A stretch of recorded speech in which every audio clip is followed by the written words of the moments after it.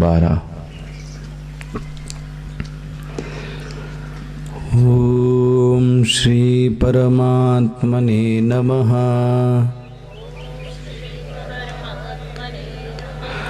अथ द्वादशोऽध्यायः। अर्जुन उवाच एवं सततयुक्ता ये भक्तास्त्वां पर्युपासते ये चाप्यक्षरमव्यक्तम् तेषां के योगवित्तमाः।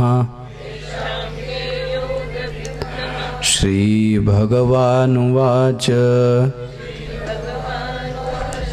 मय्यावेश्य मनो ये माम्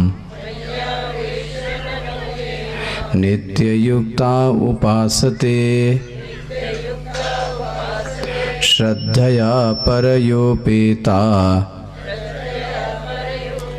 ते मे युक्ततमा मताः। ये त्वक्षरमनिर्देश्यम् अव्यक्तं पर्युपासते सर्वत्र गमचिन्त्यं च कूटस्थमचलं ध्रुवम् सन्नियम्येन्द्रियग्रामम् सर्वत्र समबुद्धयः ते प्राप्नुवन्ति मामेव सर्वभूतहिते रताः। क्लेशोऽधिकतरस्तेषाम् अव्यक्तासक्तचेतसाम्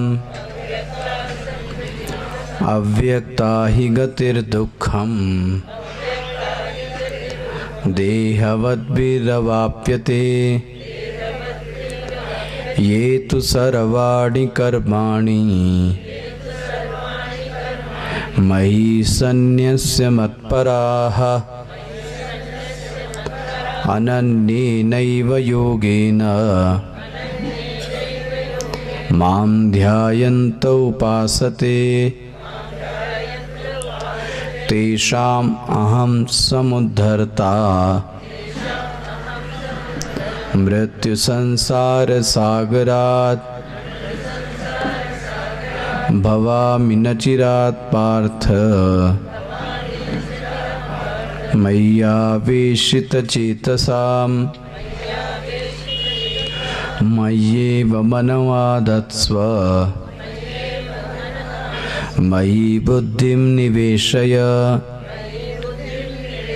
निवसिष्यसि मय्येव अत ऊर्ध्वं न संशयः। अत चित्तं समाधातुं न शक्नोषि मयि स्थिरम् अभ्यासयोगेन ततो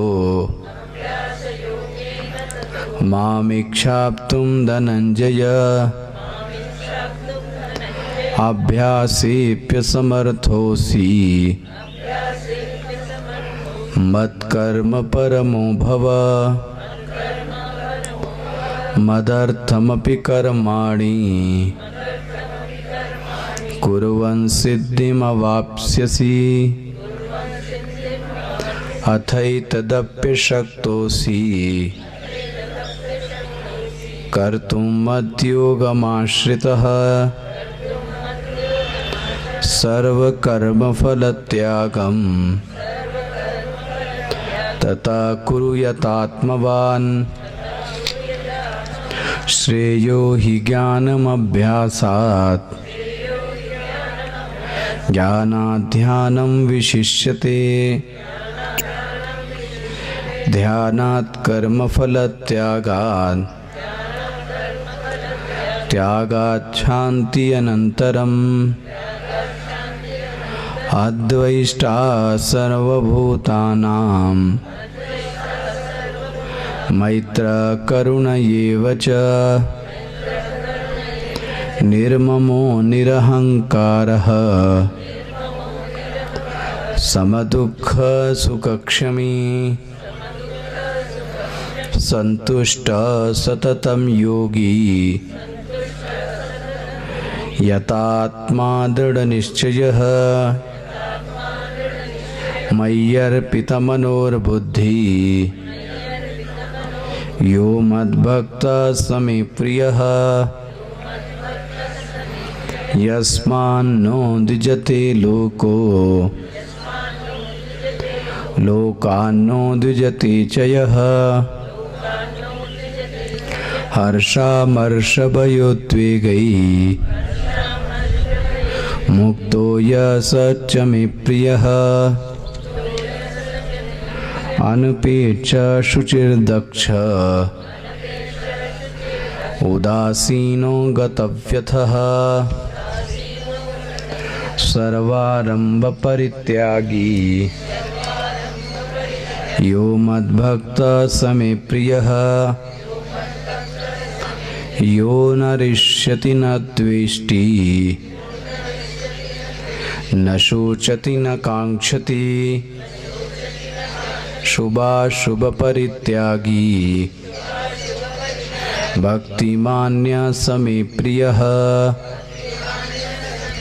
समा शत्रौ च मित्रे च तथा मानापमानयोः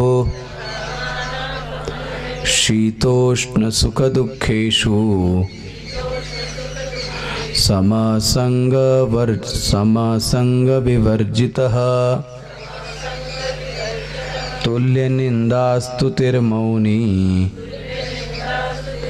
सन्तुष्टो येन केनचित् अनिकेतस्थिरमतिः भक्तिमान् मे प्रियो नरः ये तु धर्म्यामृतमिदं यथोक्तं पर्युपासते श्रद्धाना मत्परमा भक्तास्तेतीव मे प्रियाः भक्तास्तेतीव मे प्रियाः ॐ तत्सदिति श्रीमद्भगवद्गीतासु उपनिषत्सु ब्रह्मविद्यायां योगशास्त्रे श्रीकृष्णार्जुनसंवादे भक्तियोगो नाम 12वाध्यायः।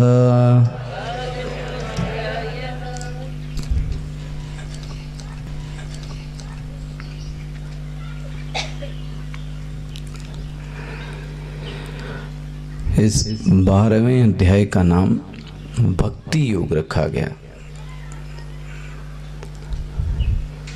ये अध्याय और 15वां अध्याय संसार में जगत में बहुत प्रचलित है, लोगों को बड़ा प्रिय लगता है। छोटा है। प्रारंभ यहाँ से किया जाए कि भक्ति की परिभाषा को कैसे कहा जाए। यदि भक्ति को परिभाषित करना हो, डिफाइन करना हो एक पंक्ति में, तो क्या मन में आता है कि किसको हम भक्ति कह सकते हैं? सुझाएं।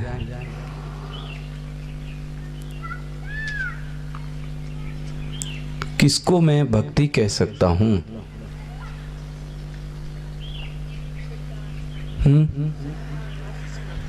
किसको? श्रद्धा, निष्ठा,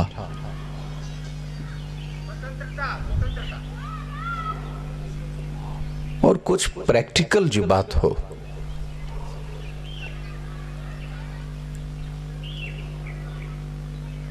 बताइए भाई। सतत किसी न किसी रूप में जुड़ा हो।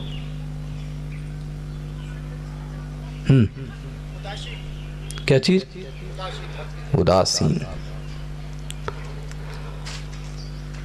अच्छा, भक्ति एक भाव है, भक्ति एक विचार है, it's a concept, it's a thought, it's a emotion, या भक्ति किसी कर्म का नाम है? पहले इस पे सोचिए। भक्ति एक इमोशन का नाम, भक्ति एक कॉन्सेप्ट, एक विचार का नाम, भक्ति एक कर्म का नाम। अब तो आपके सामने ऑप्शन रख दिए, अब इसमें से ढूंढिए जरा। हाँ, भाव, वेरी गुड। लेकिन जरा सोचना, जो भाव है वो कभी एक जैसा तो रहता ही नहीं। ये सच्चाई है या नहीं? जो भाव है वो कभी भी किसी के लिए एक जैसा नहीं रहता। मतलब ये है, कभी कम हो गया और कभी ज्यादा हो गया, कभी बहुत ज्यादा हो गया, कभी एकदम ही कम हो गया। एक परिभाषा आपके सामने रखता हूं। पहली बात तो ये है कि समाज में जिसको हम भक्ति कह रहे हैं वो भक्ति नहीं है। अब आप फिर से देखिए, यदि मैं किसी को ऐसा कहूं कि वो व्यक्ति मंदिर जाता है, दान देता है, पूजा करता है, पाठ करता है, क्या इतना कह देने से भक्ति का चैप्टर पूर्ण हो जाता है?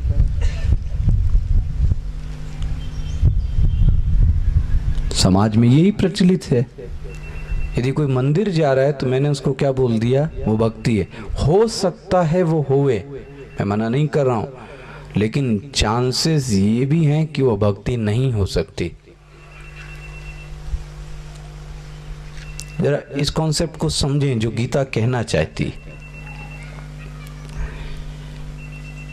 भक्ति एक इस विचार का नाम है, पहला विचार, इस विचार का नाम है कि वह व्यक्ति कन्फेस करता है, स्वीकार करता है कि मैं कार्य को करने में असमर्थ हूं, मेरे से ये नहीं हो सकता, मैं ये काम नहीं कर सकता। ये उसके मन में विचार है। फिर इस विचार को वो किसी भाव से क्या करता है, प्रकट करता है। सावधानी से, विचार यही है, आई एम नॉट कैपेबल, मैं ये काम करने में समर्थ नहीं हूं।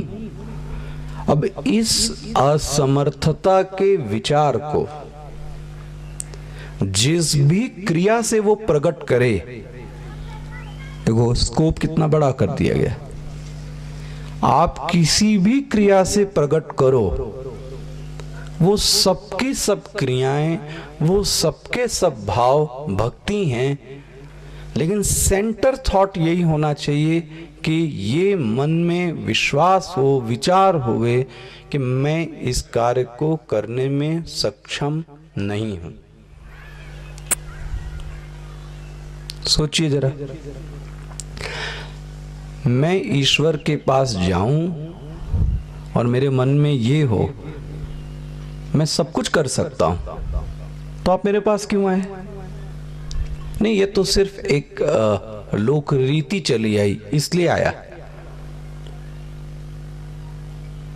मैं अगरबत्ती भी घुमाऊं, परिक्रमा भी करूं, अभिषेक भी करूं, लेकिन मेरे मन में ये भाव नहीं है कि मैं असमर्थ हूं। समर्थ के लिए भक्ति नहीं, जिसके मन में यह भाव आ जाए कि हे ईश्वर, जो भी मैं करता हूं वो आपकी शक्ति से करता हूं। आपकी शक्ति न मिले तो मैं कुछ भी नहीं कर सकता। मैं एक उदाहरण देता हूं आपको। हनुमान जी ने जब ये सब क्रियाकर्म कर लिए, लंका में आग लगा ली, सीता जी को लेकर आए, तो राम जी ने उनको बड़ी सुंदर बात कही कि हनुमान जी, आपने कितना बड़ा काम कर डाला, ये आपके सिवाय कोई कर नहीं सकता था। तो जरा हनुमान जी का रिस्पॉन्स देखना।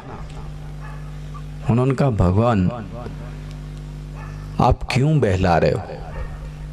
मैं क्या बहला रहा हूं? बोले, आप एक बात बताइए, मेरे जैसे बंदर में समुद्र को पार करने की शक्ति है या नहीं है? क्या कहोगे आप? एक बंदर समुद्र को पार कर सकता है क्या? बोले, नहीं कर सकता। किसकी कृपा से किया? This is first. सभी बंदर अकुलाने लगे, और आपको पता है उसी समय उनको एक देवी दिखाई दी, जिन्होंने सुंदरकांड पढ़ा हो ध्यान से। उसका नाम क्या था, बता सकता है कोई? स्वयं प्रभा। रास्ता वहीं से मिला है, ध्यान रखना।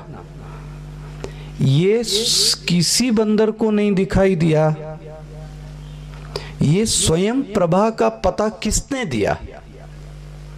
ये क्लू, ये ऑप्शन कि मुझे स्वयं प्रभा दिख गई, किसने दिखाया? मैंने तो नहीं देखा। This is second. हम और बंदर तो क्रॉस कर ही नहीं सकते थे, उस स्वयं प्रभा ने हमको यहां से उस पार लगा दिया। और उसने बोला था आंखें बंद करके रखना। किसने पार लगाया? हम पार लगे कि उसने लगाया? तीसरा, चौथा, उसके यहां तो इतनी सारी राक्षसनी थी, इतनी सारी, उनसे मैं एक छोटा बंदर निपट सकता था। किसकी शक्ति से निपटा? आपकी। और देखो आप, सावधानी से देखना, कहां राम जी ने यह आदेश दिया था कि लंका को आग लगाओ? जो चौपाइयों को गंभीरता से पढ़ते हो खोजें, उन्होंने इतना ही कहा था, जाओ सीता को, ध्यान रखना, सीता को लेके भी मत आओ, ये भी नहीं कहा था। जाओ सीता को खोजो, सीता का पता लगाओ, सीता को देखो, और सीता को देखकर आकर मुझे बताओ। कहां राम ने ये आदेश दिया कि आग लगाओ? नाउ क्वेश्चन, कोर्ट मार्शल, किसकी आज्ञा से हनुमान जी ने आग लगाई? राम का आदेश तो नहीं था, अपने मन से, क्योंकि दूत को यह आज्ञा नहीं होती। आप देखते ना, आज का जो ब्यूरोक्रेट है, जो डिप्लोमेट है, वो वही बात करता है जो देश का प्रधानमंत्री, राष्ट्रपति, कैबिनेट पास करे, वो उस बात को पास करता है। अपने मन से किसी बात की नीति को आगे नहीं बढ़ा सकता वो।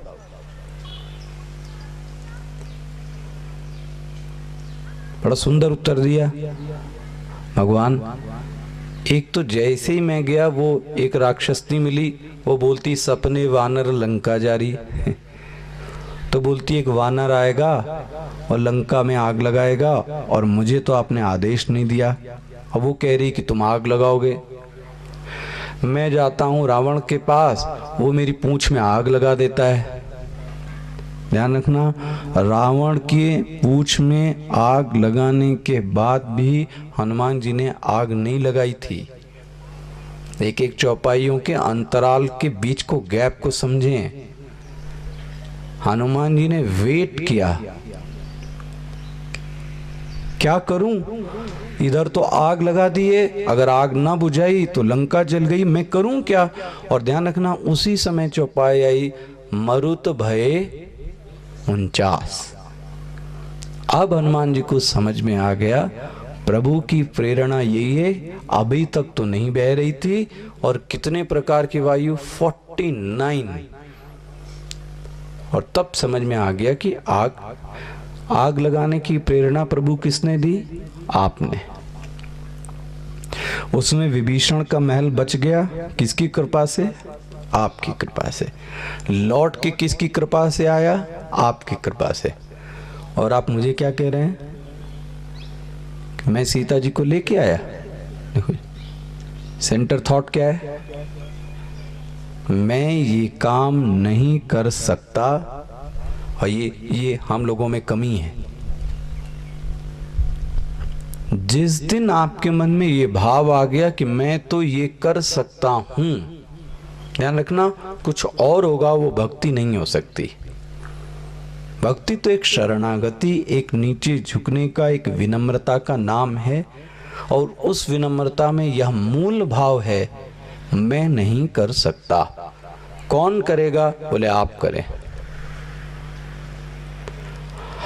अब यदि आप पूजा करें, परिक्रमा करें, ज्योति जलाएं, न जलाएं, माला जपें, पूजा करें, अभिषेक करें, मैं आपसे कह रहा हूं जो मर्जी हो वो करें, लेकिन मूल जो बीच की वृत्ति है वो सिर्फ ये रहे, क्या चीज? मैं इस कार्य को करने में असमर्थ हूं, भगवान आप मुझे शक्ति दीजिए, आप मुझे बल दीजिए, आप मुझे धैर्य दीजिए, मैं इस काम को कर सकूं। आपके बुजुर्गों ने यही सिखाया हम लोगों को बार बार। घर से निकलो तो याद कर लो, बीच में पहुंचे तो प्रभु को याद कर लें, जब वापस आ जाएं फिर याद कर लें। ये एक साइकोलॉजी की दृष्टि से एक टेक्निक है। और दूसरी सबसे बढ़िया बात, जिस व्यक्ति को ये एहसास हो जाता है कि मैं करने में समर्थ हूं, ध्यान रखना उस व्यक्ति का अहंकार धीरे से क्या हो गया? एक बार में नहीं पनपता, 1 2 3। अब उसको लगता है यस आप मेरा नाम ले लीजिएगा, काम हो जाएगा। 1 2 3 बार तो देखता है भगवान, और फिर ऐसा झटका देता है कि आपके नाम क्या, आपके पुत्र ही आपकी बात सुनने से मना कर देता है। दुनिया की बात तो छोड़ो, आपके घर वाले आपकी बात मानने से मना कर देते हैं। और कहां आप डंके की चोट पर बोल रहे थे, दुनिया में मेरा नाम है। काहे में दुनिया में आपका नाम? तो ये जो विचार है, ये जो विचार है, इसको आपको दिमाग में रखना है। किस विचार को? मैं ये काम करने में समर्थ नहीं हूं। सावधानी से आप मेरी ओर ध्यान दो। मैं इस कार्य को करने में समर्थ नहीं हूं, किसी की कृपा से कर रहा हूं। इससे बहुत बड़ा फायदा है, आपसे बताऊं। परीक्षा में सफलता विद्यार्थी को मिली, लेकिन सफलता मिलने के बाद ये वो सोचे कि ये जितने काम है सब मैंने किए। माँ बाप ने ना पढ़ाया होता, उन्होंने रहने की व्यवस्था ना की होती, शिक्षक ने पढ़ाया नहीं होता, दोस्तों ने सही राह न दिखाई होती, समाज ने अच्छा वातावरण न दिया होता, आप क्या कर लेते? अरे आपसे ज्यादा बुद्धि वाले लोग हैं। जब आप मैनेजमेंट के उस परिदृश्य में जाइए तो वहां इस बात को बार बार रखना पड़ता है। आप ये मत कीजिए कि आप इसके लायक हैं, दिमाग से निकाल दीजिए। आपके पास 1 डिग्री है, आप इस्तीफा देकर बाहर जाइए, क्विट कीजिए, सेकंड व्यक्ति आपके लिए खड़ा है इस पोस्ट के लिए। आप एक बार रिजाइन तो करो, हम हटके तो देखिए। आपसे अच्छे विकल्प, नए विकल्प तैयार खड़े हैं। और यदि कोई ये समझ के नौकरी करता है नहीं मैं इसके लायक हूं, तो देर है, बस आप थोड़े दिन में एक दूसरा विकल्प आपके सामने आएगा जो आपसे ज़्यादा अच्छा होगा। इसलिए जहाँ जिस व्यक्ति को मैं आपसे बताऊं कर्म करने का सुविधा प्राप्त हुई है, आप उसको ब्लेसिंग समझना। मैं फिर से रिपीट कर रहा हूं, जिसको जो व्यवसाय मिला है भगवान की कृपा से, यदि आप अर्निंग में हैं, चाहे छात्र हैं चाहे साधु हैं। अच्छा, आप एक थॉट देखो,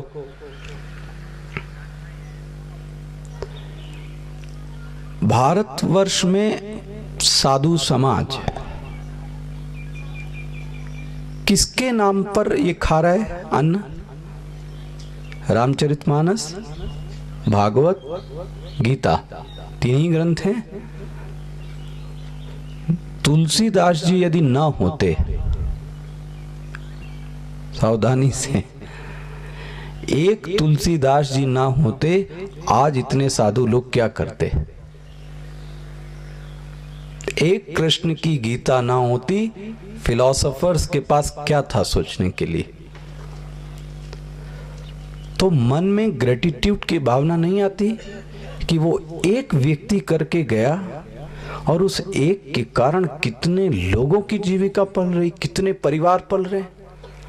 आपको किसी एक इंडस्ट्री में लगाया गया, एक रोजगार दिया गया, और जब आप धीरे धीरे, और ऐसा मत कहिए कि सब कुछ पैसे से ही होता है। अच्छे धनी लोगों का अनुभव यह है कि जब उन्होंने बिजनेस स्टार्ट किया तो उनके पास धन नहीं था, चालू वहां से किया है। और जिनको धन मिला है, चाहे वो अंबानी हो और चाहे जितने भी इंडस्ट्रियलिस्ट हो, वो ग्रेथ रूट नहीं पकड़ सकते जो उनके लोगों ने पकड़ के दी थी। क्या वो उतना छोड़ के जा सकते हैं जितना उनको लोगों ने दिया, उनके पूर्वजों ने? और उन्होंने चालू किया ए से, क से, जीरो से। इसलिए उनको कीमत पता है। आप ये मत बोलो कि धन है तो सब हो जाएगा। जी, कई लोगों के पास धन है, सफलता नहीं हासिल है। मैं बार बार टॉक में कह रहा हूं, धनी व्यक्ति तो आत्महत्या कर रहा है।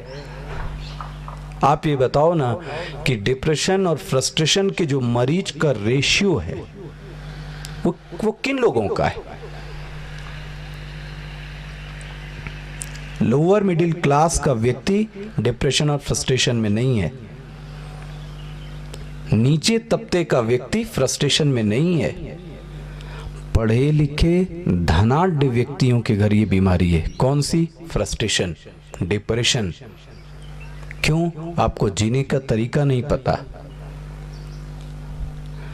जिस पैसे की आप बात करते हो, अपनी काबिलियत पर अपने एक दिन का खर्चा निकालो, आपको दिन में तारे दिख जाएंगे। नहीं है? गो,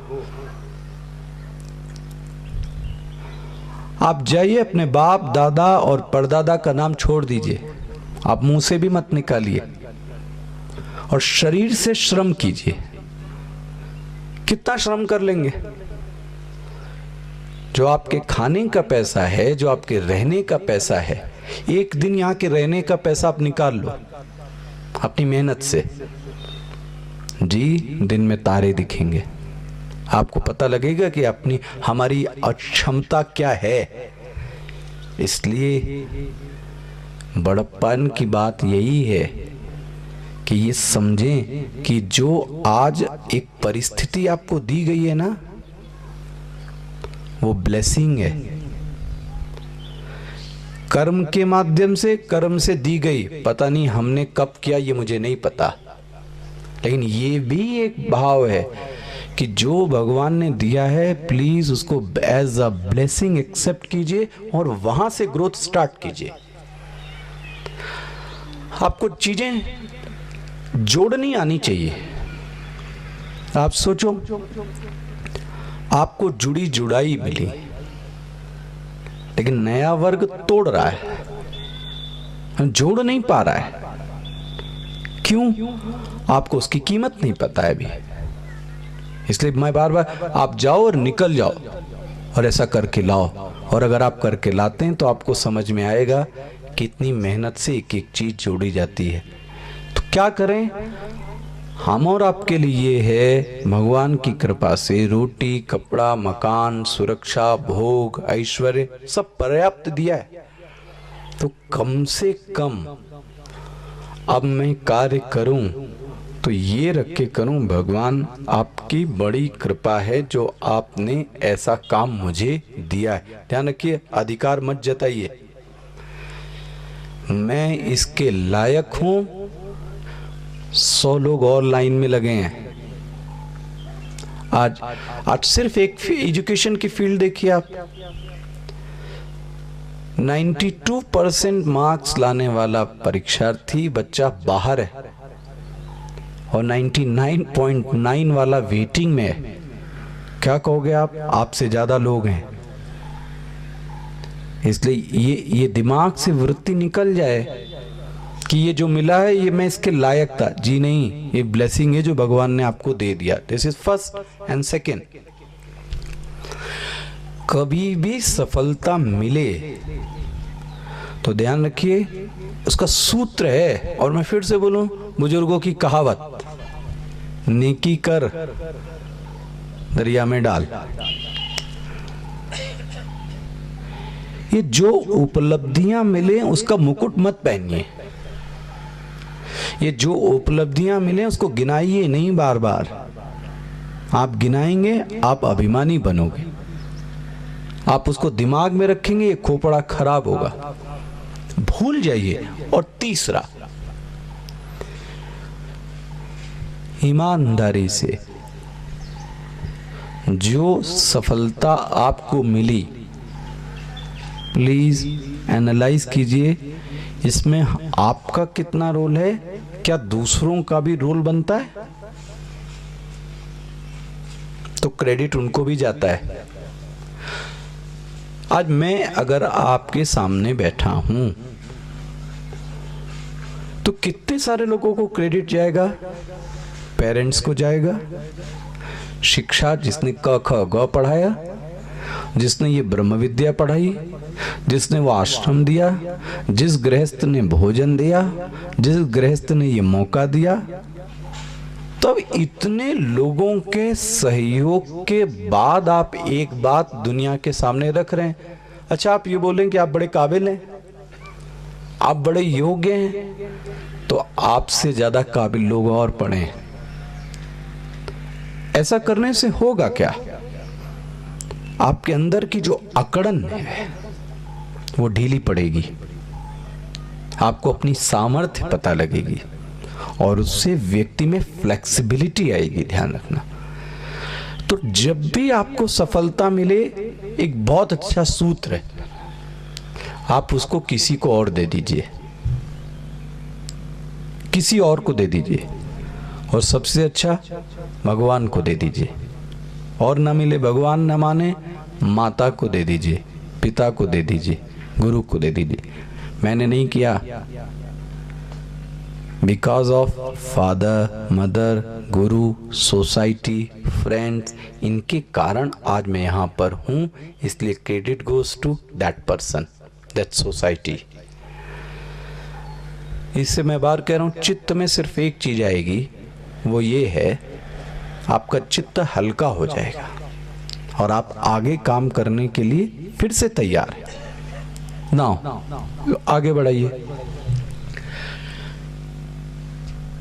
मैंने भक्ति को डिफाइन किया, ऐसा भाव, ऐसा विचार, और ये सिर्फ कहने के लिए ना हो, ध्यान रखिएगा, वरना फिर लिफ्ट फिलॉसफी बन जाएगी। सिर्फ कहने के लिए आभूषण है। ये मन के अंदर ये भाव होवे, भगवान मैं इस कार्य को नहीं कर सकता, मैं इसके योग्य नहीं हूं। मैं तभी कर सकता हूं जब आपकी कृपा मिले, आपका आशीर्वाद मिले, आपका सहयोग मिले। और अब मैं इस बात को कैसे दर्शाऊं कि मैं असमर्थ हूं? तो आपने क्या किया? आरती गाया। ठीक है, आरती इस मन से गाएं कि मैं असमर्थ हूं। आपने परिक्रमा की, गोवर्धन, चित्रकूट, जहां जाएं परिक्रमा करते हुए ये भान रहे कि मैं समर्थ नहीं हूं, आपकी कृपा से चल रहा हूं। परिक्रमा पूरी हो गई। नहीं जी, मैंने बड़ी तैयारी की है, मेरे पैरों में बड़ी दम है, मेरा बहुत स्टेमिना है। तो आप एक्सरसाइज कर रहे हैं, आप इससे अच्छा ट्रेडमिल पे दौड़ लीजिए, परिक्रमा करने की जरूरत नहीं है। वो तो ये भाव है कि मैं नहीं कर सकता, और बड़ा विनम्रता का भाव होवे, ढकोसला ना होवे, आडंबर ना बने। दूसरी बात,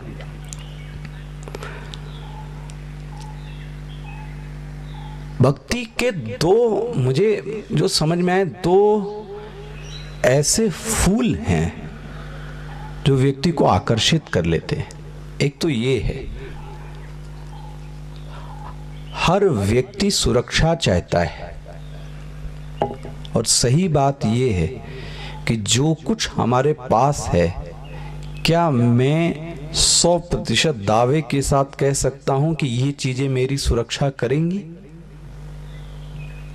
जिनको मैं ये कहता हूं कि मेरी सुरक्षा करेंगे, मैं तो आपको रिश्तेदारों के नाम भी कह रहा हूं। क्या आप कह सकते हैं कि वक्त आने पर ये आपको सुरक्षा, सेफ्टी प्रदान करेंगे? शायद नहीं। और एक हास्यास्पद बात यह है,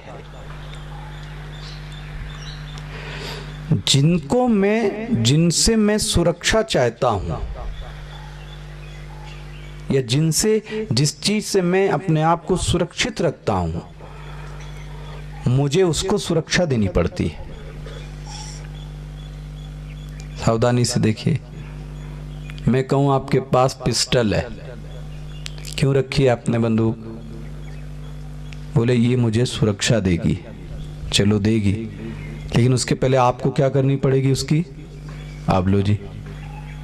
पता नहीं वक्त आने पर चले या ना चले, मिले या ना मिले, लेकिन अब आप उसकी सुरक्षा कीजिए। और हमने इसको क्यों रखा?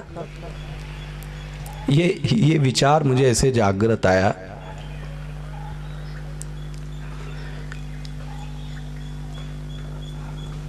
आश्रम में गार्ड रखा गया, आपने घर में गार्ड रखा। क्यों गार्ड रखा? अच्छा, कि ये रात, और स्पेशली रात का गार्ड क्यों रखा? कि रात में क्या करेगा?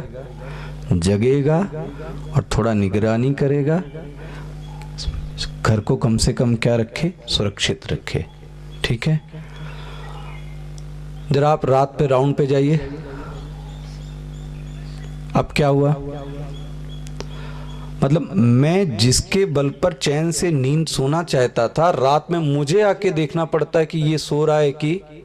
अब आप बताओ, इससे मूर्खता क्या होगी? इससे भला तो मैं रात में सो रहा था। अब इसको देखने के लिए मुझे 12 से 2 बजे के बीच में आना पड़ता है। अच्छा, मैं ना देखूं तो रहना या ना रहना इसका बराबर है। मैं तो उसकी गन लेके अपने कमरे में चले आया, उसको पता ही नहीं। जब उसको यही नहीं पता है कि उसकी गन कहाँ है, तो ये हमारी सुरक्षा क्या करेगा? सोच के देखो। जिससे मैं ये और आपको आपका पढ़े लिखे का देता हूं उदाहरण।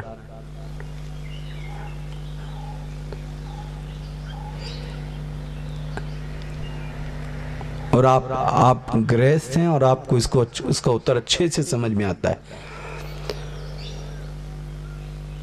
रिश्तों की स्थापना क्यों? रिश्ते क्यों बनाए?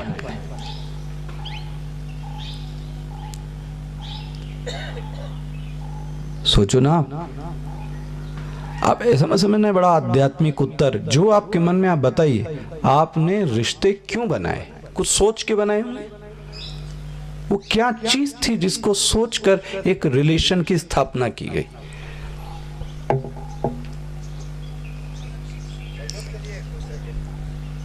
सहयोग के लिए, वेरी गुड। और सुरक्षा की भावना के लिए, 2 और बस इतना ही है।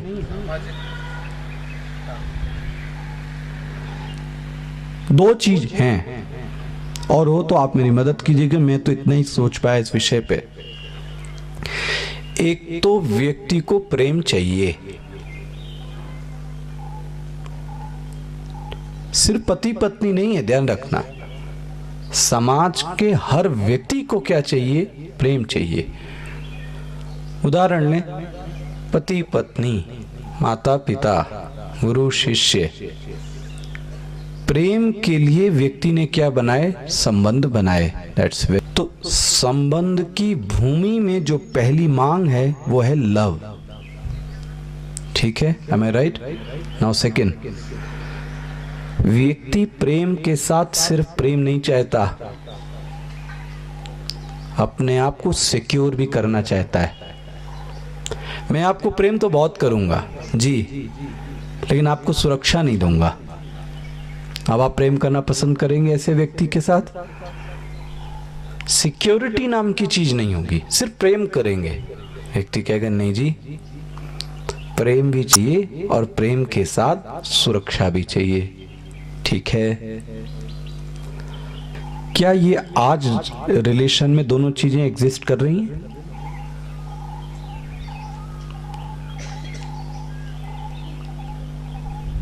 ध्यान रखना, निभाना अलग चीज है, काटना अलग चीज है। रिश्ते निभाने पड़ रहे हैं, रिश्ते काटने पड़ रहे हैं, मजबूरी है। लेकिन जिस चीज के लिए आप चाहते थे कि व्यक्ति मुझे प्रेम करे, वो मिसिंग है। व्यक्ति अपने से फुर्सत नहीं, बोले आपको कहां से देखूं, अपनी डिजायर तो पूरी नहीं हो रही, आपको कहां से देखूं। ठीक है, दोनों लोग रहते हैं तो रहना है। सुरक्षा की भावना तो एकदम चली गई। पास रहते हुए भी व्यक्ति सुरक्षित नहीं महसूस कर रहा है। कहां से मिलेगी सुरक्षा? हथियार से। मैंने आपको बताया, पहले मैं उसकी सुरक्षा करूं, ये मेरी करे या ना करे पता नहीं। और ले लो आप धन, लॉकर में, चेक में, बैंक में, हुंडी में, जहां आप पैसे रखना हो रखो, लेकिन पैसे की सुरक्षा किसको करनी पड़ती है? पहले हमें। अब हमें वो मिलेगा या नहीं आप कह नहीं सकते। एक चीफ मिनिस्टर के पास अथाह पैसा और मौत होती है जंगल के बीच में, प्लेन क्रैश होता है। क्या हुआ उस सुरक्षा का? और ज्ञान है, ये जितने प्रधानमंत्री, जितने राजनीतिक मारे गए, सबके पीछे तो सुरक्षा थी। जेट थी, जेट प्लस थी, क्या नहीं थी? हुआ क्या? आपकी 1000 सुरक्षा के बावजूद हुआ क्या? मार तो दिया ही गया व्यक्ति।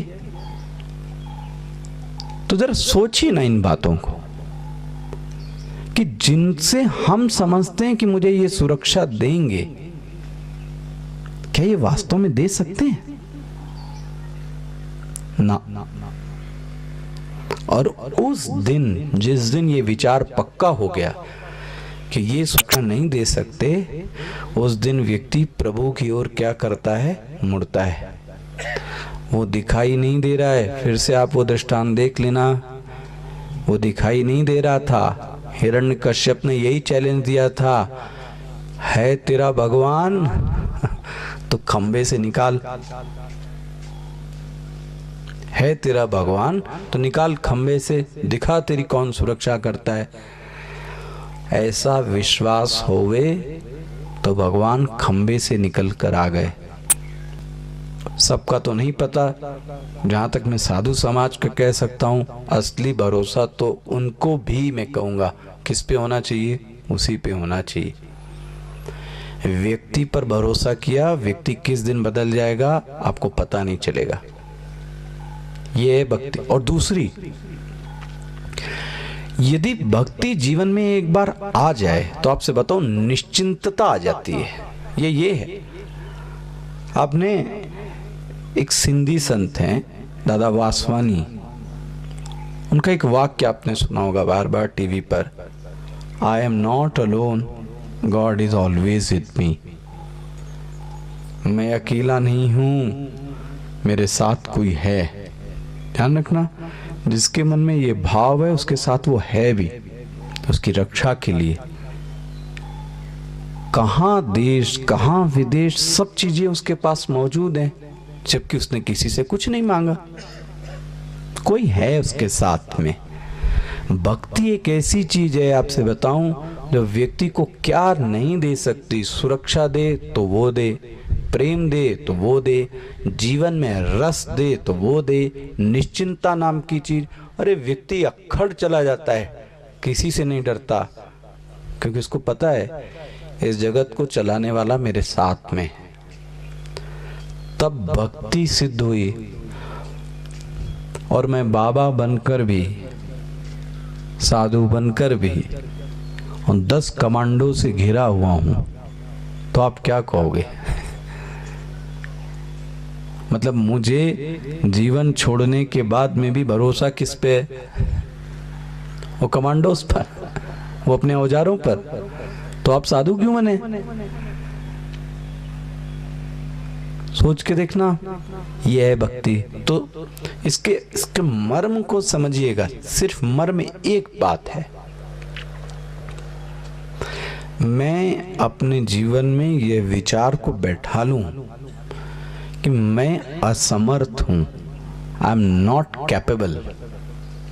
भगवान, ये जो दुनिया में व्यवहार करना है, चलाना है, ये मैं इसके समर्थ नहीं हूं, ये आपकी कृपा से हो सकता है। और बोला गया उसकी कृपा से क्या नहीं हो सकता? क्या हो सकता है उसकी कृपा से?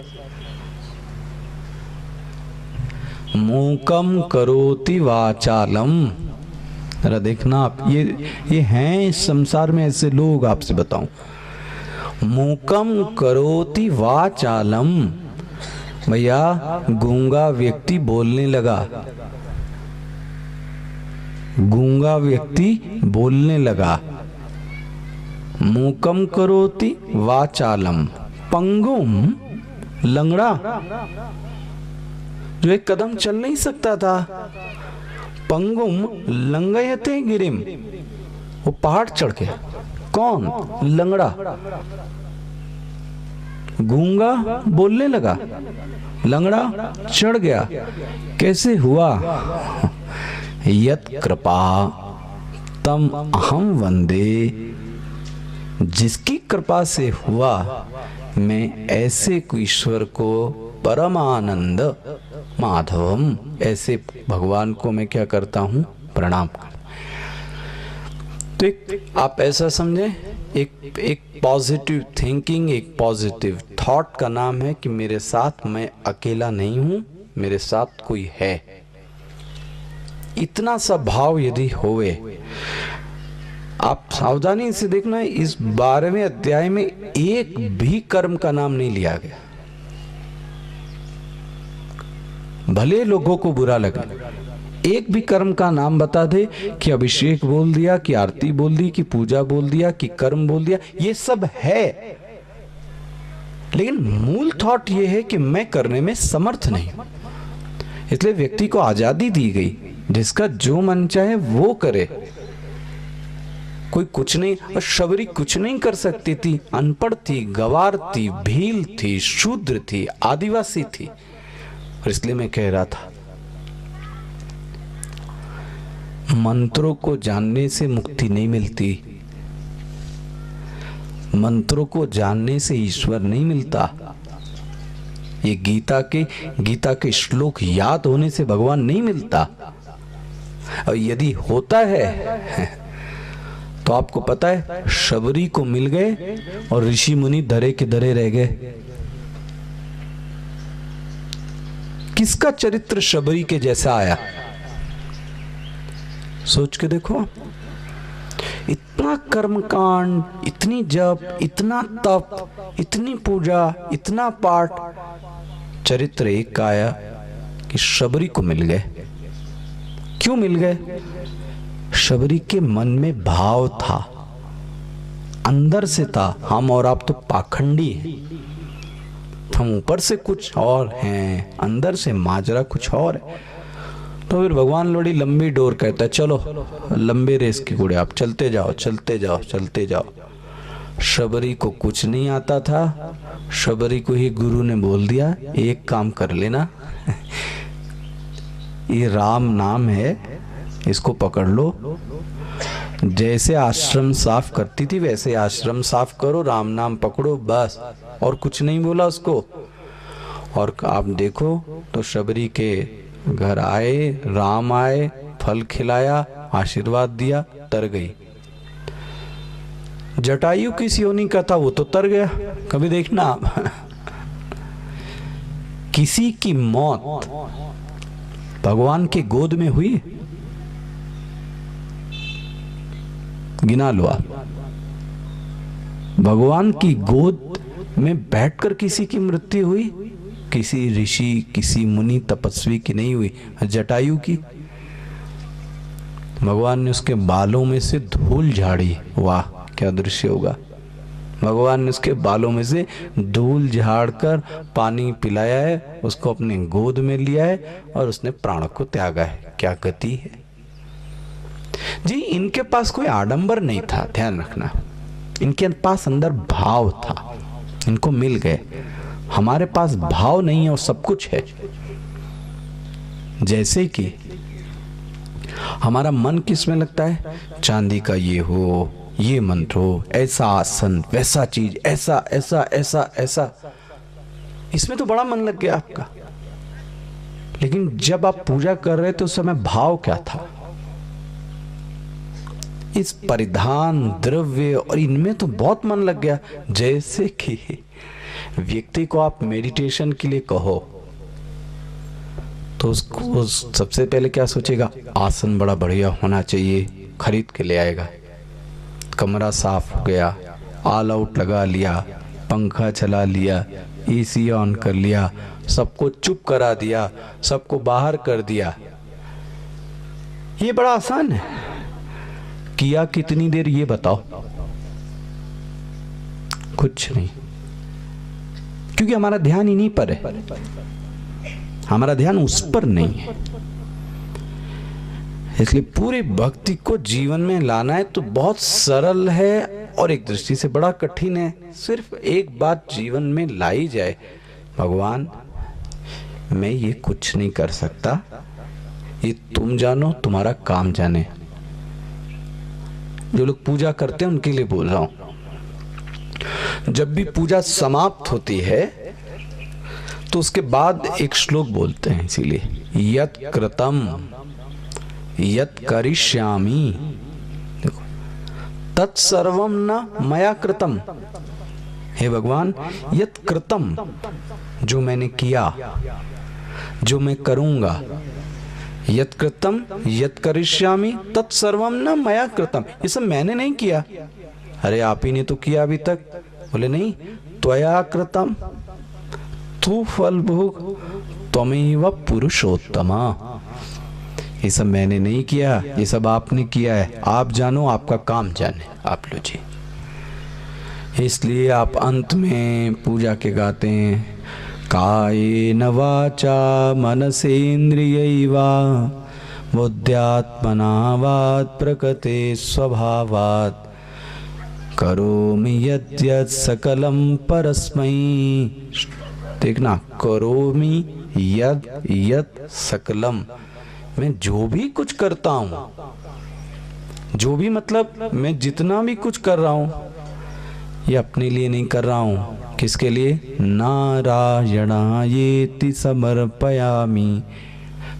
प्रमुख विचार सिर्फ एक हो, I am not doing, I am not doer.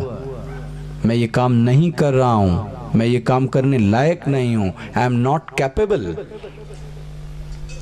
मैं कहां बलवान हूं? ये तो आपकी ग्रेस की वजह से हो रहा है।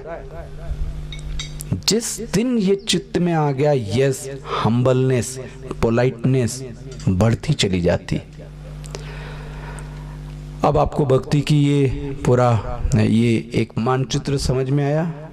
इसके दो फ्लावर हैं, एक सुरक्षा, एक निश्चिंतता, बढ़ती जाती है।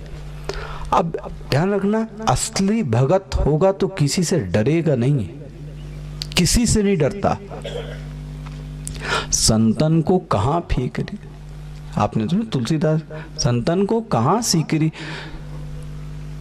उन्होंने बोला कि तुलसीदास जी आपको राजा ने बुलाया है।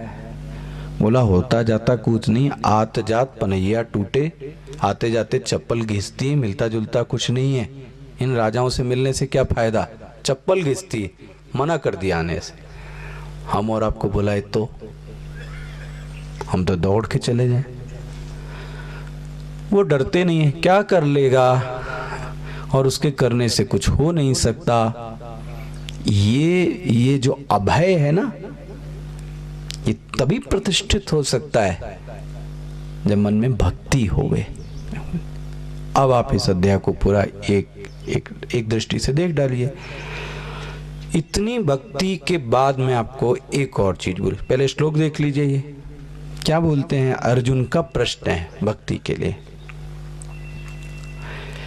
एवं सतत युक्ता, ये इस प्रकार जो आपसे सतत जुड़ा हुआ है, इस प्रकार जो आपसे कॉन्टिन्यूअस जुड़ा हुआ है। किसका भगत है, बोले त्वम, आपका भगत है, आपकी उपासना करता है। हाँ, तो एक और भगत है भगवान जो नॉन मैनिफेस्ट की पूजा करता है। देखो आ गया ना, एक सगुण की पूजा करता है, एक निर्गुण की पूजा कर, निर्गुण की भी पूजा होती है, याद रखना। एक सगुण की पूजा करता है, एक निर्गुण की करता है, एक साकार की करता है, एक निराकार की करता है। भगवान आप बड़े हो ये नहीं पूछा है, सगुण बड़ा है कि निर्गुण, ध्यान रखना, ये नहीं पूछा है इसने। साकार बड़ा है निराकार, ये नहीं पूछा है। इन भक्तों में कौन बड़ा है, सगुण भक्त बड़ा है कि निर्गुण, साकार वाला भक्त बड़ा है कि निराकार। लेकिन इस श्लोक का जो जान है, मर्म है, वो एक शब्द है, वो है एवं। इस प्रकार आपसे सतत जुड़ा हुआ है। नाउ क्वेश्चन, किस प्रकार से सतत जुड़ा है? सतत जुड़ने के लिए उसने क्या क्या किया, भक्ति को सतत कैसे बनाया जाए? तो ये 4 चीजें हैं, 4-5 चीजें हैं, इसको देखिएगा। पीछे जाइए। मत कर्म कृत, ये है भक्ति, बीज यहीं से पड़ गया था इसका। आपने जो पढ़ा 11वां अध्याय का 55वां श्लोक होगा, आखिरी मेरे ख्याल से 55वां। देखिए आप, ये भक्ति के लिए साधना है। क्या करो भक्ति के लिए? पहला काम, जितने भी काम करो वो सब के सब मेरे लिए करो। देखो, आपके लिए आपके लिए मतलब ये, जितने भी कर्म किए जाएं वो सब किसको समर्पित कर दिए जाएं? ईश्वर को। अब देखो आप, इसीलिए हमारे बुजुर्ग, हमारे साधु, हमारे संत लोग कहते थे, जिस दिन अनाज आए तो पहला अनाज किसको दे दिया? ईश्वर को।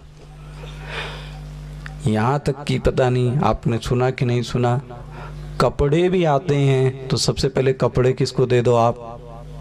ईश्वर को। हमारे सामने युवक आया, हमारे युवा के, उसने बोला आप तो अपने कपड़े दे सकते हैं, मैं जीन्स पहनता हूं, आप जीन्स दे दो। आपके भाव की जरूरत है, वो कपड़े थोड़ी ना पहन रहा है आपके, बट आपकी देने की आदत तो होवे। ऐसे मुझे एक दृश्य याद आता है। एक व्यक्ति थे, गृहस्थ, उन्होंने हमारे ज्ञानी के लिए कुछ पैम्फलेट या कुछ ऐसे छपवाए थे पोस्टर, तो मैंने कहा इसको डिस्ट्रीब्यूट कर दो अगर छप गए। तो बोले नहीं अभी नहीं करेंगे। मुझे पता लगा क्यों नहीं करेगा, पता नहीं, भगवान जाने क्या करना चाहता है। 2 दिन बाद आया, बोले अब चालू करते हैं। मैंने उससे पूछा ये 2 दिन 1 रात तुमने क्यों व्यर्थ कर दिया? तो आपको पता है उसने क्या किया? वो पूरे लीफलेट पैम्फलेट पोस्टर उसने क्या किए, भगवान के पास रखे थे। ये क्या है? ये भाव ही तो है व्यक्ति का कि मैं इस ज्ञान यज्ञ का जो प्रारंभ है वो किसको समर्पित करता हूँ? ईश्वर को करता हूँ। ये है भाव। तो सबसे अच्छा है जो भी काम करें वो किसको समर्पित कर दें? ईश्वर। अच्छा, अब एक अच्छी चीज ये, अब बुरे काम कर सकते हो आप, क्योंकि समर्पित किसको करना पड़ेगा? क्या मैं वह चीज खा सकता हूं जो ईश्वर को दूं? अब ऐसा करके देखो जरा, ऐसी चीज खा के दिखाइए, लेकिन वो चीजें आपको ईश्वर को देनी पड़ेंगी। करो, ट्राई। भोग लगा के खाना खाना है, भगवान को दिखा के, तो आप खाइए ऐसा भोजन, ऐसा पीजिए, और अगर ऐसा है तो ईश्वर को दे दीजिए। व्यक्ति को शर्म लगेगी। ये सुधरने के लिए तो भगवान ने पूरा कवर कर लिया। मत कर्म कृत, पहला, जितने भी कर्म किए जाएं वो किसके लिए हों? वो मेरे लिए हों। This is first. Now second, मत परमः, तुम्हारे जीवन में सबके साथ रहना, लेकिन ध्यान रखना अल्टीमेट कौन है? वो मैं हूं। भूल मत जाना। व्यवहार करते करते ये भूल मत जाना, तुम्हारा लक्ष्य, तुम्हारा अल्टीमेट कौन है? वो मैं हूं। इसके लिए शब्द क्या लिखा? परमः, अल्टीमेट। मत कर्म कृत, मत परमः, तीसरा मत भक्तः, प्रेम को भी किसको करना? मुझको, जगत को नहीं। और ये भी बता दिया ये करना और ये मत करना। देखो ऐसा उपदेश कहाँ देगा कोई? जैसे डॉक्टर लिखता है डू एंड डोंट, पथ्य और अपथ्य।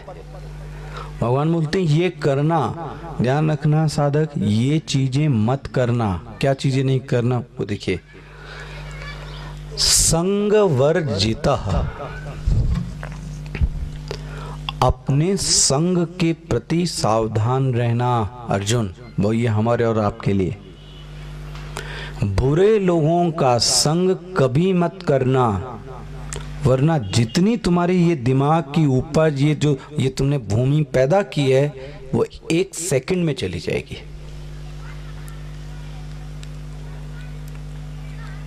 हमारे स्वामी जी ने एक चीज बात कही, आज का व्यक्ति अपने पानी के लिए इतना सतर्क है कि मुझे जो पानी पीना है वो कैसा पीना है? वो फिल्टर्ड पीना है। उसके लिए मैं इतना कॉन्शियस हूं, लेकिन मैं किन लोगों से मिल रहा हूं उनके प्रति कोई कॉन्शियस नहीं।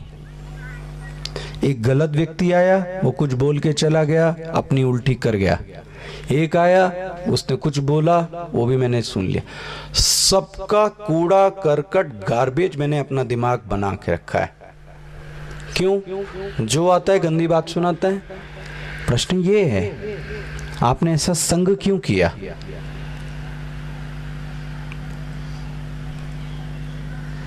एक पद है,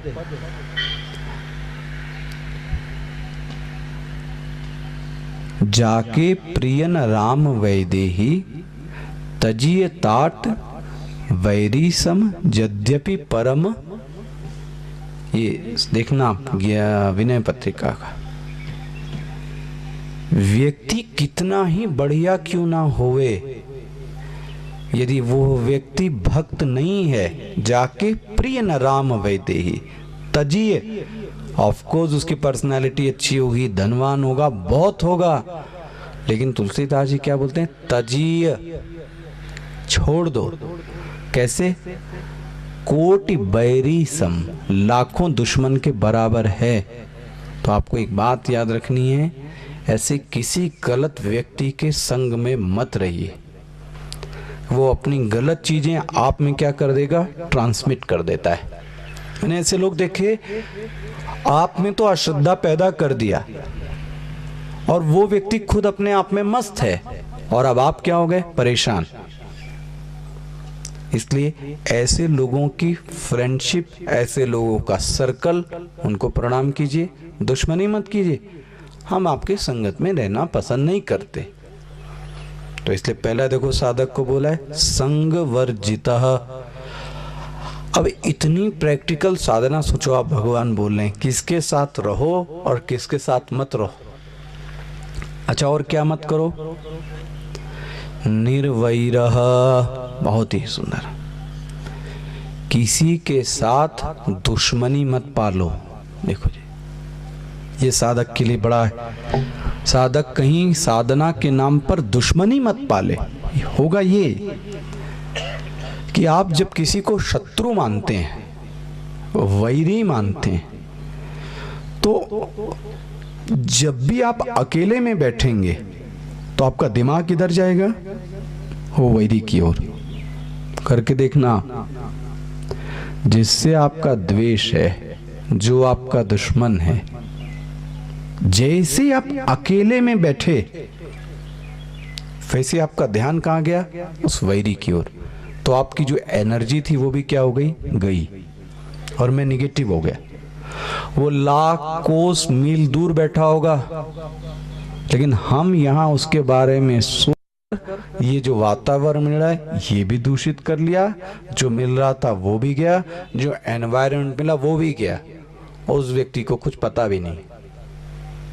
इसलिए निर्वैरः, ये बड़ा अच्छा सूत्र है। और आपको झुकना पड़े झुक जाओ, क्षमा मांगनी पड़े क्षमा मांग। लेकिन मैंने उस दिन न काहू से दोस्ती न काहू से बैर, मुझे किसी से विरोध नहीं पालना है, क्योंकि विरोध आपकी ऊर्जा को ह्रास करता है, आपकी ऊर्जा में कमी लाता है। एकांत में बैठने पर आपके चिंतन का विषय वही होता है जो वैरी है। ये अब घट गया, तब उसकी भक्ति कैसी होती है? सतत। देखो जी, हो गया। देखिए अब क्या बोलते हैं भगवान ने उत्तर क्या दिया? बहुत ही डिप्लोमेटिक। उन्होंने ये नहीं बोला कि मेरा सगुण बड़ा है कि निर्गुण, सगुण भक्त बड़ा है कि निर्गुण। उन्होंने क्या उत्तर दिया? जरा देखो, श्रद्धयाः परयाः उपेताः। अर्जुन, न मुझे सगुण बड़ा लगता है, न मुझे निर्गुण, न मुझे साकार बड़ा लगता है, न निराकार। मुझे वो लोग अच्छे लगते हैं जिनके मन में श्रद्धा है। देखो, जिनके मन में श्रद्धा है। इसलिए, और इस पे मैं बार बार बोल चुका हूं, श्रद्धावान लभते ज्ञानम। भगवान आप इसके बारे में और बोलिए। देखो अब बोलते हैं ये निर्गुण है। ये तू अक्षरम अनिर्देश्यम अव्यक्तम। अब ये समय अभाव इसके कारण ही नहीं दिखा सकता। निर्देश उसी का किया जा सकता है जो व्यक्त है। सूर्य की ओर इशारा कर सकते हैं, इस माइक की ओर इशारा कर सकते हैं, आपकी ओर इशारा कर सकता हूं, लेकिन जो चीज नॉन मैनिफेस्ट है उसकी ओर इशारा कर सकते हैं? इशारा कीजिए वायु की ओर, क्या इशारा करोगे? जो नॉन मैनिफेस्ट है उसकी ओर इशारा नहीं किया जा सकता। ध्यान रहे, आपकी ओर इशारा कर सकता हूं, ये हाथ ये पैर, लेकिन आपके अंदर जो है उसकी ओर इशारा नहीं कर सकता, क्योंकि वो दिखाई नहीं दे रहा है। वही कॉन्शियसनेस है, उसको मैं इशारा करके नहीं बता सकता। और जिसकी ओर इशारा किया जा सके वो लिमिटेड है। 13 चैप्टर में आएगा, देखिएगा। अगर मैंने इसकी ओर इशारा किया तो ये यहां है और यहां नहीं है, तभी मैंने इशारा कर दिया। मतलब जिसकी ओर भी आप इशारा करेंगे वो लिमिटेड होगा, परिच्छिन्न होगा। अर्जुन, ये निर्गुण वाले हैं, ये तो अक्षरम अनिर्देश्यम अव्यक्तम परि उपासते। निर्गुण की उपासना क्या है? चिंतन, मनन, ध्यान, श्रवण, ये इनकी उपासना है। उनकी उपासना दूसरी है। निर्गुण की उपासना चिंतन, श्रवण, मनन, ध्यान। सर्वत्र गम अर्जुन, वो कहां नहीं है, वो कहां नहीं है।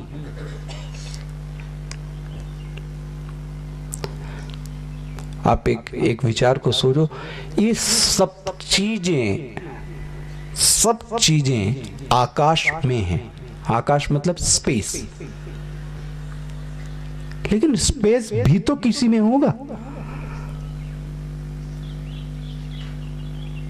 सोचिए जरा, ये जितनी चीजें, पूरा जगत दिखाई दे रहा है, जल, पृथ्वी, अग्नि, वायु, ये सब किस में? बोले आकाश में। बट आकाश किस में है? जिसमें वो है आकाश, दैट इज कॉन्शियसनेस। वो व्यापक है, उसमें सब कुछ है, इसलिए उसको क्या बोलते हैं? सर्वत्र गम। अर्जुन, उसके बारे में सोच नहीं सकते ज्यादा। सोचो, आप घड़ी के बारे में सोच सकते हो, आत्मा के बारे में आप सोच नहीं सकते।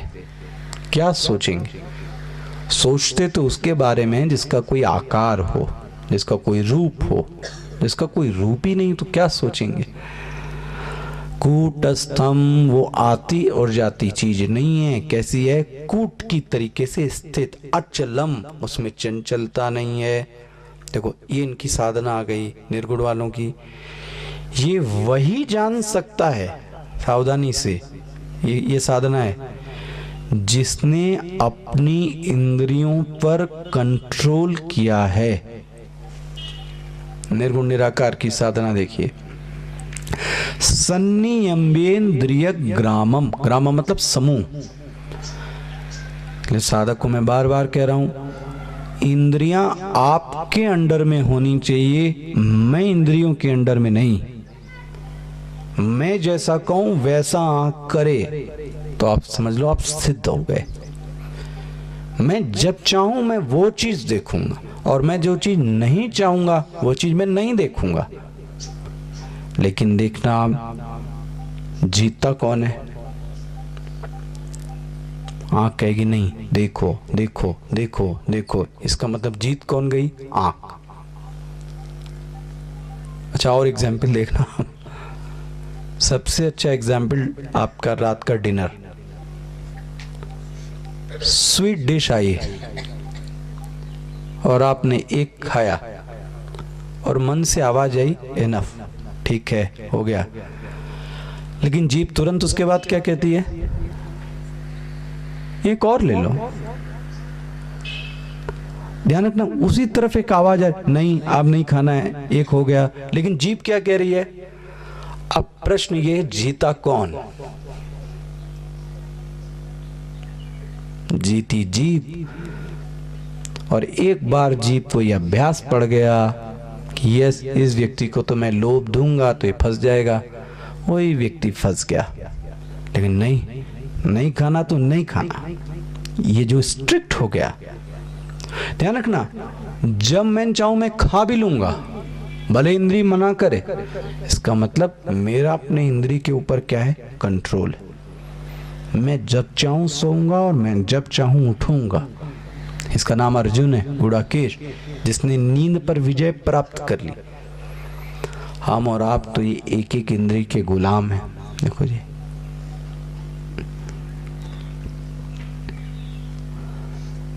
मछली कैसे मरी? मछली कैसे मरी? मछली को मारने की ट्रिक क्या है?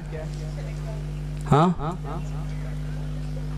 वो तो बड़ा क्या बोलते हैं, निर्मम हत्या हो गई उसकी। देखो कांटे में क्या लगाया, रोटी रस, और उसके खाने के लिए आई और फंस गई। राम राम सत्य है। मछली किसके कारण मर गई, जीभ, रस के कारण। अच्छा, हिरन कैसे मर गया, हिरन कैसे मरा, हिरन को मारने की ट्रिक क्या है, हिरन शब्द का गुलाम है, शब्द का, संगीत का, वाणी का, वो शब्द के पीछे भागता है। हाथी कैसे मरा, हाथी को आपने देखा है कैसे मारते हैं, ये रात वाले चैनल आते हैं उसमें जियोग्राफी कैन ये सब, उसमें देखना। हाथी को मारना आसान नहीं है।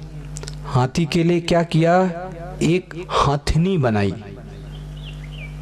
और उसको खूब चिकना कर दिया और उसको उसका स्पर्श कराया, किससे, हाथी से।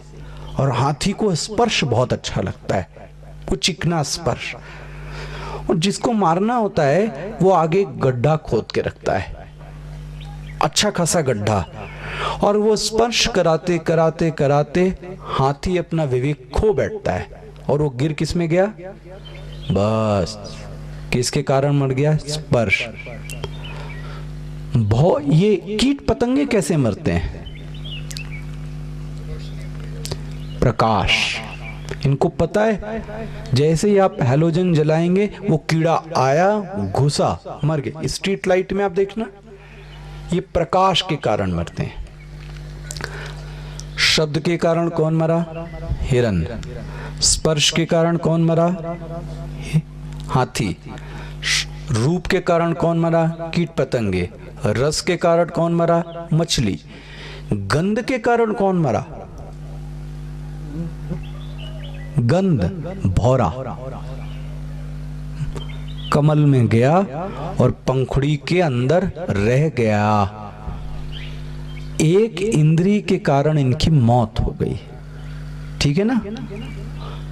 आपके पास कितनी है ये इंद्री, पांचों है। सोचो आप कितने बड़े हथियार लेके हम घूम रहे हैं, ये शब्द, स्पर्श, रूप, रस, गंध। और व्यक्ति की वीकनेस यही है। जब मैं कहता हूं किसी व्यक्ति की वीकनेस पकड़ो, वीकनेस किसी व्यक्ति की ये 5 होगी, बोले ये पीने वाला आदमी है, इसको पिला के कंट्रोल कर सकते हो। क्या पकड़ा आपने, रस। ये कान का कच्चा है, इसको कुछ बोल दो, फंस गया। इसको कुछ दिखा देते हैं, कुछ दृश्य दिखा दिया, फंस गया। ये है कमजोरी, ये मानव के लिए है। इसलिए आपके ऊपर ये हावी ना हुए, ध्यान रखना, हम इनके ऊपर हावी हुए।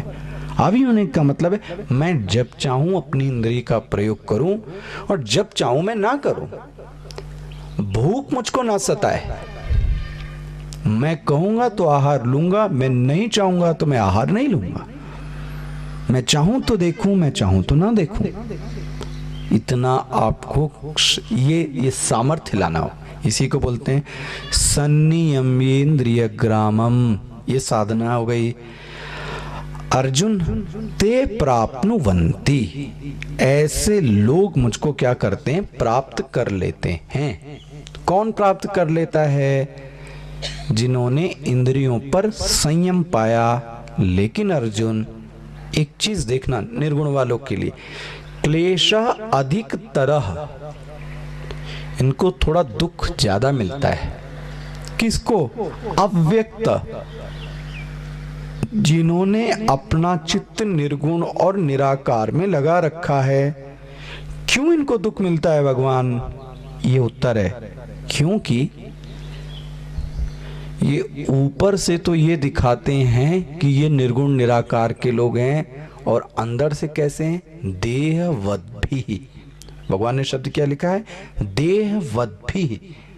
अंदर से देहाभिमान से जुड़े हैं, बाहर से दिखाते हैं कि मैं देहाभिमान से अलग हूं। इसका मतलब अंदर से ये दिखाते हैं कि मैं निर्गुण निराकार हूं, बातें करती हैं, लेकिन एक्चुअली में इनका जो लेवल है वो निर्गुण निराकार के लायक। तो कोई ये बात कहे कि नहीं मैं तो नित्य तृप्त शुद्ध बुद्ध मुक्त हूं, लेकिन अगर उसका अंदर से साधना नहीं है तो उस व्यक्ति को क्या मिलेगा? ज्यादा दुख मिले। कोई बोले कि मैं इन सब से अतीत हो गया हूं और आप उसको एक गाली देके देखो, उबल पड़ेगा। क्यों? आप तो बोल रहे थे आप पर मन पर कोई प्रभाव नहीं पड़ता। जी पड़ता है। इसका मतलब अभी आप पक्की नहीं हैं। नौनिक साधना। दूसरे लोग हैं ये तो सर्वाणि कर्माणि मयि सन्न्यस्य।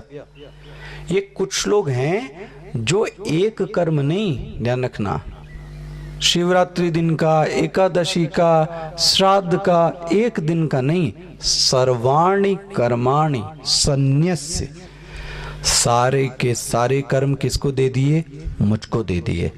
अब अनन्य पढ़ चुके आप, अन्य आश्रयाणाम त्याग। ऐसे व्यक्ति क्या करते हैं? माम ध्यायन्त उपासते। ऐसे व्यक्ति मेरी उपासना करते हैं। तो आप क्या करते हैं? बहुत ही सुंदर श्लोक है ये। मैं तेषाम अहम समुद्धरता। मैं एक नाव की खेवैये की तरीके से आकर इनको पार लगा देता हूं। देखो इन भक्तों को मैंने क्या लगा दिया? पार। कहां से पार लगाया? मृत्यु संसार। देखो जी, मृत्यु की तुलना किससे की पता है? संसार से। जैसे सागर का कोई ओर और छोर नहीं है, इस दुनिया का कोई और छोर नहीं है, अज्ञान का कोई और छोर नहीं है। भगवान बोलते हैं वो तो मैं हूं, आता हूं, इनकी नैया को क्या कर गया? पार लगा दे। किसी ने बोला भगवान आप आने में देर लगाते हैं, द्रौपदी की लाज उतर रही थी, आप बहुत देर से आए, तो अगर कहीं मैं फंस गया तो? देखो भगवान उत्तर देते हैं, क्लैरिफिकेशन। न अचिरात पार्थ, एक क्षण का भी समय नहीं लगाऊंगा। बस एक बात याद होनी चाहिए, मई आवेशित चेतसाम। तुमने किसी और का चित्त का सहारा लिया तो मैं चला जाऊंगा। द्रौपदी ने क्या किया था? आखिर द्रौपदी के किस्से में भगवान देर से क्यों आए? द्रौपदी की लाज उतर रही थी। द्रौपदी को लगा कि यहां तो भीष्म पितामह है, ये बचा लेंगे। चलो भाई भीष्म पितामह बचा ले, नहीं बचाया। अर्जुन है, अर्जुन बचाएगा, नहीं बचाया। भीष्म के बाद भीम है, भीम बचा लेंगे, भीम ने हाथ खड़े कर दिए। द्रौपदी का भरोसा किनकी ओर था? भगवान ने कहा ट्राई आप कर लो इन पे। जब सबने हाथ खड़ा कर दिया तब उसने किसको बचाया? तब भगवान को पुकारा। द्रौपदी की लाजे उतारिया, ये बहुत अच्छा भजन है, सिर्फ नाम का प्रताप है।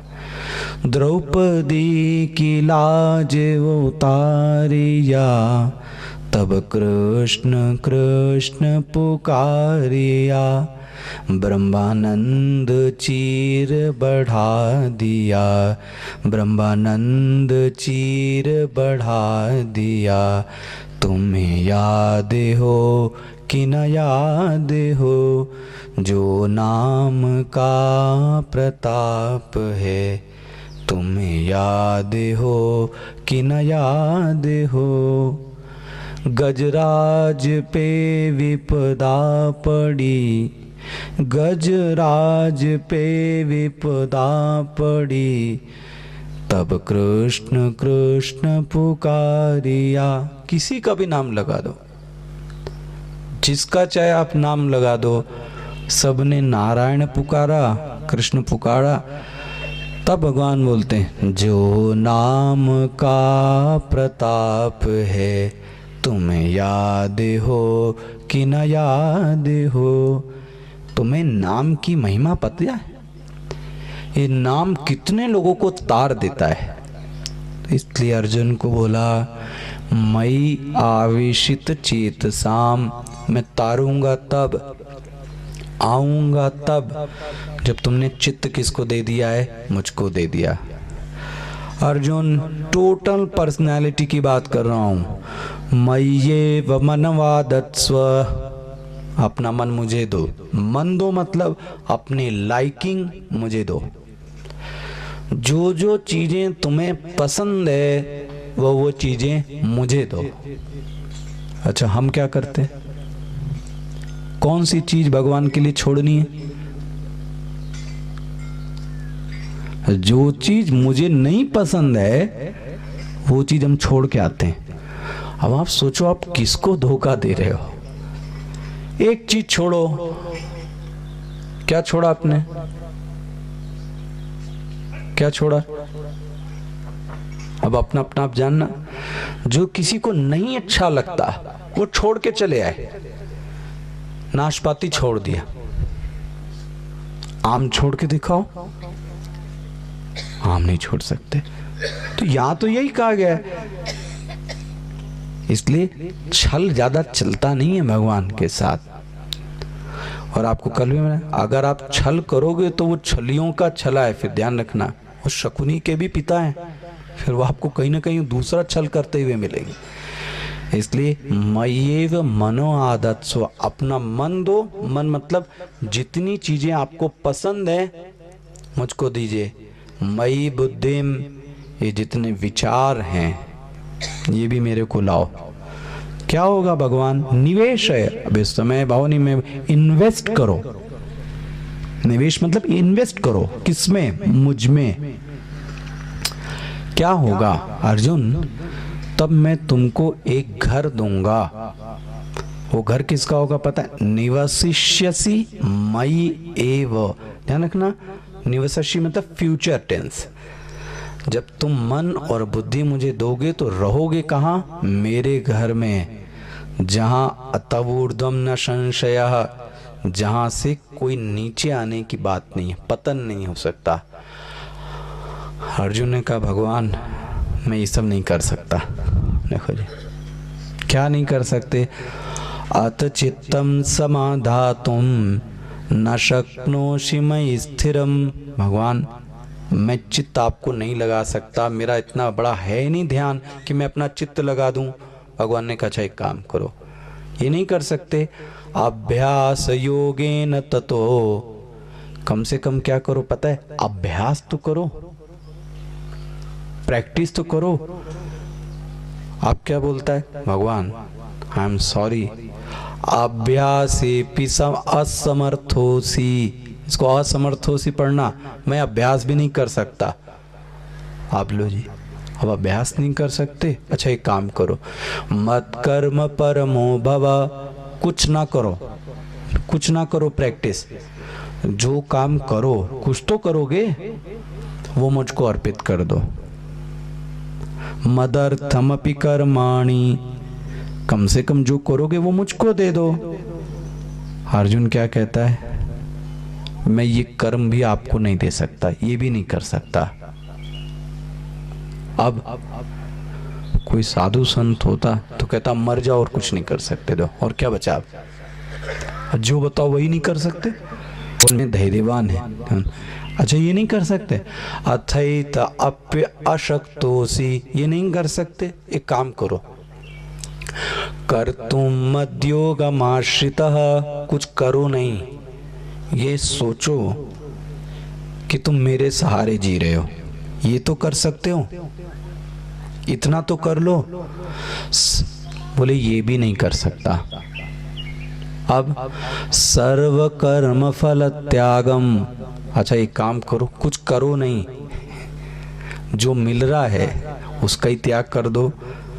बोले ततः कुरु यतात्मवान, इतना तो कर सकते हो। भगवान ने कंक्लूड किया, नहीं कर सकते तो अब कुछ मत करो, भगवान ने कंक्लूड किया श्रेयो, ये ध्यान रखना, ये स्तुति है एक साधक को ऊपर उठाने के लिए।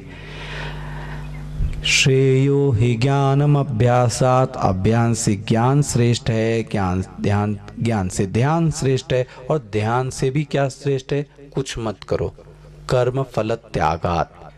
कम से कम अर्जुन कुछ करो नहीं, तो जो मिल रहा है तुमको उसी को कम से कम मुझको दे दो। और यहाँ से भगवान ने बड़े सुंदर लक्षण बताए, ये लक्षणों को देखना, आप बाद में भी इसको देखेंगे।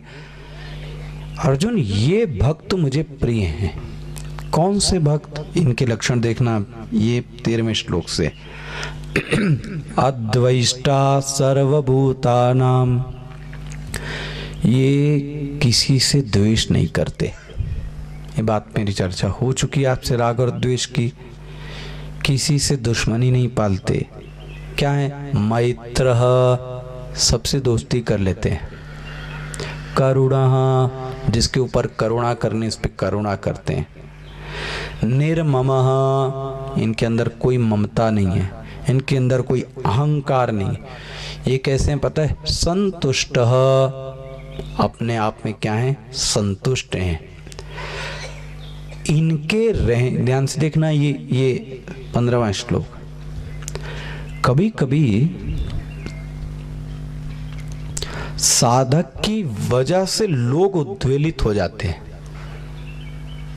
कैसे, अब आप उठ गए 5 बजे और आपने चालू कर दिया घंटा बजाना, तो जो दूसरा वाला है वो आपके कारण परेशान हो गया कि नहीं हो गया? बोले मैं तो अच्छा काम कर रहा हूं, लेकिन किसी को कष्ट भी तो हो रहा है। आपने जोर जोर चिल्लाना चालू कर दिया, लाउड स्पीकर बजा दिया, अब दूसरे को दिक्कत हो रही कि नहीं हो रही? भगवान क्या बोलते हैं, यस्मान्नो द्विजते लोकः लोकान्नो द्विजते चयः।